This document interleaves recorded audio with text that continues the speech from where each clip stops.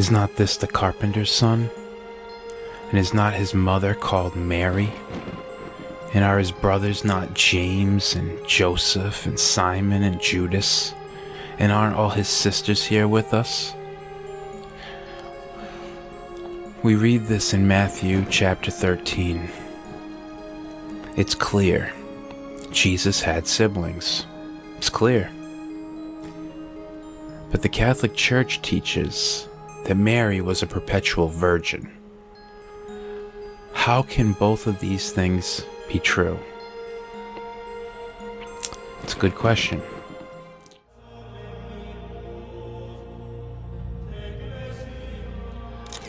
One of the first and fiercest advocates for the perpetual virginity of Mary was Saint Jerome of the 4th and 5th century. He argued that the word they used for brothers could actually be used to mean cousins. Was that true? Did that Greek word adelphoi, which means brothers, actually mean cousins as well? There's really not any history of that. However, what Jerome argues is that in Hebrew and Aramaic there was no word for cousins, and that gap in understanding carried over culturally in the translation. He might be onto something there. Jerome also argues that Mary of Clopas, who we read about in John 19:25, was the mother of James and Joseph, the brothers of Jesus we read about in the other Gospels. Alright, so now he's got two arguments, but is it enough to prove the perpetual virginity of Mary? I want to buy into these points, but I'm not sure that I'm completely sold.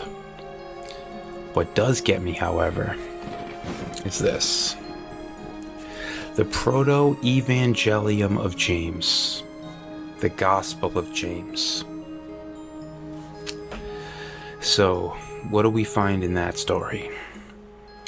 It's not in the canon.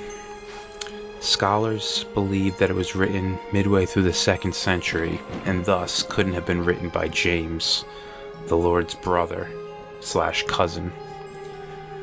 However, there is standing ground for someone to argue that it was in fact written by James. It hasn't been completely ruled out yet.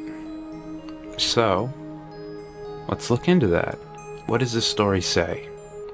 Does this give us an answer to how Mary could be a perpetual virgin? It does, as a matter of fact. You see, Joseph was a widower, and the brothers you read about of Jesus were Joseph's from a previous marriage. And because his wife passed away, it is against no old Jewish rule or law to remarry. And he did. And it was actually a plan of those running the temple where Mary was raised to put her with a widower, in this sense, to keep her pure throughout. So it was always the plan, according to the Proto-Evangelium of James. Alright. So now we're on to something.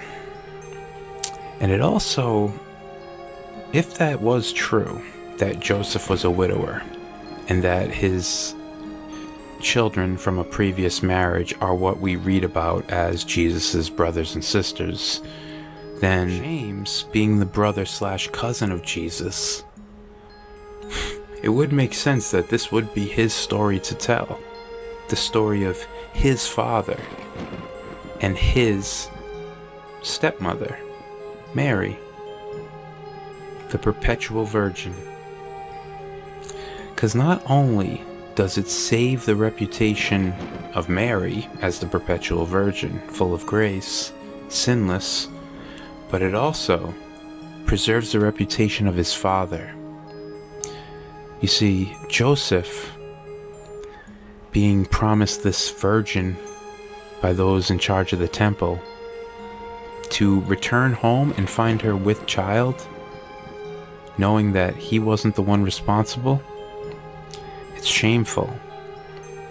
He was about to put her out until he had a dream. The angel came to him and told him, that Mary was pregnant by the Holy Spirit. So now Joseph is a hero. The silent hero from the Gospels, the one who saves Jesus, takes Mary in and protects her. He's a hero. It would make sense that his son, Jesus' brother, stepbrother, cousin, whatever you want to call him, James, would write this story. It kind of fits. It fits a lot of things. Nonetheless, this book was condemned by the Catholic Church, Pope Innocent I, 405 AD, 15 years before St. Jerome passed away, pretty much in the height of St. Jerome's fight for the perpetual virginity of Mary. Jerome was letting in no other possibilities for the answer.